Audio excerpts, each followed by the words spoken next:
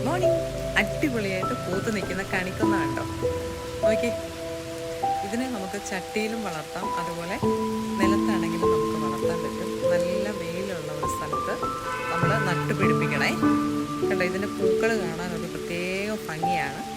വിഷുവിനൊക്കെ കണി കാണാൻ വേണ്ടിയിട്ട് ഇതിൻ്റെ പൂക്കൾ ഉപയോഗിക്കുന്നു.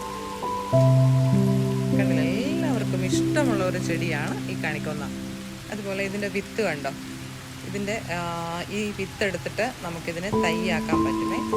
നോക്കിക്കേ, ഇതിലിപ്പോൾ ചട്ടിയിലാണ് നിൽക്കുന്നത്. ഇതിൻ്റെ വിത്തുകൾ നിൽക്കുന്നത് കണ്ടോ. നല്ല ഐശ്വര്യമുള്ള ഒരു ചെടിയാണ് ഈ കണിക്കൊന്ന.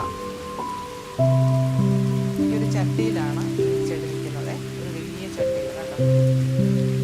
നമ്മളിതിനെ പ്രൂൺ ചെയ്ത് ഒക്കെ നിർത്തി കഴിഞ്ഞാൽ നല്ല ബുഷായിട്ട് ചട്ടിയിൽ